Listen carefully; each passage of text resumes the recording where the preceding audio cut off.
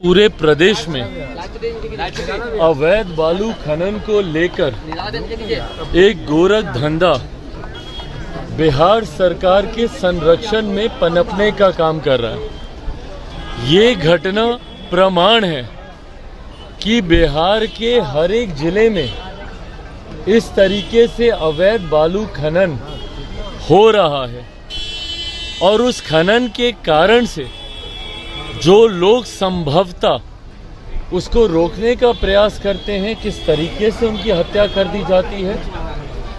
जमुई में अभी कुछ दिनों पहले एक पुल भी गिरा था जिसको देखने के लिए मुख्यमंत्री नीतीश कुमार जी भी गए थे। उसके पीछे भी कारण ये बालू खनन ही था। अगर पिलर्स के आसपास के बालू को अगर नहीं इस तरीके से निकाला गया होता तो संभवतः उस ब्रिज को सपोर्ट मिलता और वो ब्रिज नहीं गिरता। पर कल जिस तरीके से दरोगा की हत्या हुई, ये अपने में दर्शाता है कि जो भी लोग इस गोरख धंधे में लिप्त हैं उनका मनोबल इतना ज़्यादा बढ़ गया है कि खुलेआम दिन दहाड़े ये लोग बालू का अवैध खनन ये लोग कर रहे हैं। ऐसे में बिहार सरकार की चुप्पी, और भाई आज का तो मामला है नहीं, लंबे समय से चल रहा है। इसकी टेंडरिंग की प्रक्रिया में किस तरीके से धांधली की जाती है ये जग जाहिर है, और उसके बाद अवैध तरीके से किस तरीके से ये खनन होता है ये भी सब लोग जानते हैं। तो ऐसे में सरकार, बिहार सरकार की खामोशी, उनकी चुप्पी ये दर्शाती है कि सरकार का संरक्षण है, सरकार को फर्क नहीं पड़ता। मेरे मुख्यमंत्री जन जीवन हरियाली को लेकर नारा तो लगाते हैं, हमारे प्रधानमंत्री जी से कंपटीशन तो करते हैं, पर जिस तरीके से आज बिहार के हालात उन्होंने बना दिए हैं वो दिन दूर नहीं कि हम लोग आने वाली पीढ़ी को एक सुखाड़ के रूप में पूरा बिहार प्रदेश हम लोग सौंप के जाएंगे अगर बालू खनन पे जल्द से जल्द कार्रवाई नहीं होती और इसको रोका नहीं जाता। एक शिक्षा मंत्री ने कहा है कि ये तमाम घटनाएं, इस तरह की घटनाएं होती रहती है, इस पर क्या कहेंगे? अरे शिक्षा मंत्री की तो भाई बातों का अब जवाब देने का ही मतलब नहीं है। बिहार सरकार ने इस मंत्री को सिर्फ और सिर्फ बेतुके बयान देने के लिए इनको रखा हुआ है, फालतू की बातें इनसे करवाने के लिए इनको रखा हुआ है। इनको शिक्षा विभाग, अपने विभाग के अलावा इन मंत्री का ध्यान हर चीज में जाता है। कभी सनातन को गाली देंगे तो कभी रामचरितमानस को गाली देंगे तो कभी बेकार की बातें करेंगे। क्या ये कोई छोटी घटना है? अगर माननीय मंत्री जी के परिवार में अगर इस तरीके से भगवान न करे कोई घटना घट जाए या हत्या हो जाए तो क्या उसको भी बोलेंगे कि ये बातें तो होती रहती हैं? हिम्मत है इन मंत्री जी के तो जाएं उस परिवार में जिस दरोगा की हत्या हुई, जाकर मिले उस परिवार से। इस तरीके के बयान देना आदत बन गई है इस सरकार की।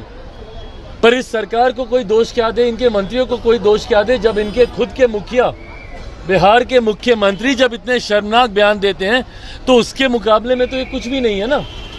तो ये सरकार की आदत बन गई है, इनके मुख्यमंत्री हो, उनके उप मुख्यमंत्री हो या उनके सरकार के कोई भी विभाग के मंत्री हो, आदत बन गई है इन लोगों की ऐसे बयान देने की।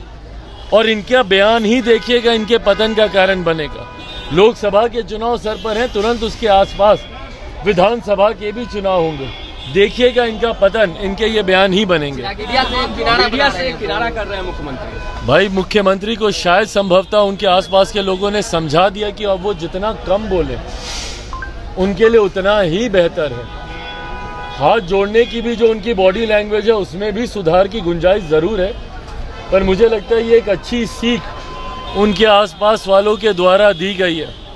क्योंकि मेरे मुख्यमंत्री एक समय था उनकी बोलने की शैली के लोग मुरीद होते थे। भाई मेरा उनसे लाख विरोध सही, पर यकीनन शुरुआती दिनों में मेरे मुख्यमंत्री जितना नपातुला बोलते थे और जो शैली थी मैं भी उससे प्रभावित था। जिन मर्यादित शब्दों का मेरे मुख्यमंत्री इस्तेमाल करते थे, पर हाल फिलहाल के दिनों में भले वो जनता दरबार में स्वयं बैठकर बोलना हो कि भैया गृह मंत्री से बात कराएं, या विधानसभा में जिस तरीके से अश्लील शब्दों का उन्होंने उच्चारण किया, या जिस तरीके से पूर्व मुख्यमंत्री मांझी जी को जिस तरीके से अब शब्दों से उन्होंने अपमानित करने का काम किया, ऐसे में मेरे मुख्यमंत्री जितना कम बोले उतना बेहतर है। बट हाँ, उनकी बॉडी लैंग्वेज भी, जिस दिन आप लोगों को वो बिना कुछ बोले हुए प्रणाम कर रहे थे, और जो बॉडी लैंग्वेज थी, यही बॉडी लैंग्वेज कुछ दिनों पूर्व जब वो पूर्व मंत्री जी के घर पर उनकी पुण्यतिथि पर गए थे और उनके सुपुत्र जो इन्हीं के विभाग में, इन्हीं की कैबिनेट में अभी मंत्री हैं, पुष्पांजलि उस तस्वीर पे करने की बजाय, श्रद्धांजलि उस तस्वीर पे करने की बजाय जिस तरीके से अपने ही मंत्री के ऊपर ये पुष्प वर्षा कर आए, तो इनकी बॉडी लैंग्वेज भी अब जितनी सीमित कर दी जाए। देखिए, मैं बार बार कह रहा हूँ, इनके आसपास के लोगों को इस बात का ध्यान देने की ज़रूरत है कि कहीं कुछ गड़बड़ी तो है।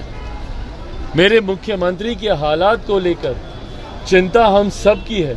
ये उनकी बॉडी लैंग्वेज हो या उनकी भाषा, ये नॉर्मल नहीं है और यकीनन इसका ध्यान उनके आसपास के लोगों को देना चाहिए। संभवतः इलाज की ज़रूरत है तो ज़रूर कराना चाहिए।